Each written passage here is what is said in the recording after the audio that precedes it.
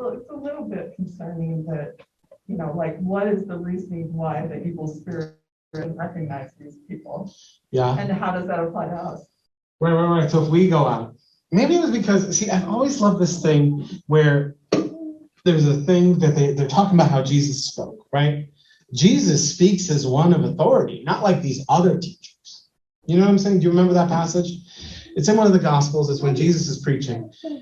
And Jesus has this way of preaching like, listen, I want to tell you some stuff about God.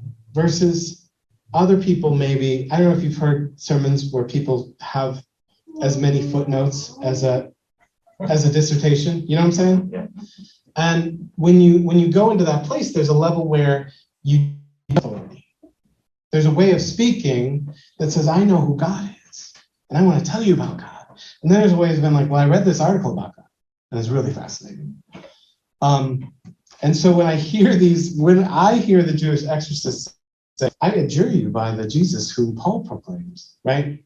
There's a place where they're not speaking with authority. You know what I mean?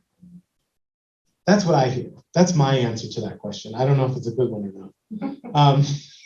But I hear them speaking weakly and without of God and Jesus. And by the name of Jesus, I cast you out.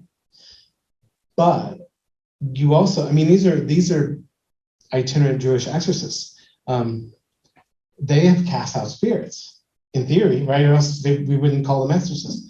But for some reason, they feel this need to use Jesus' name in this situation. That's interesting to me too. So.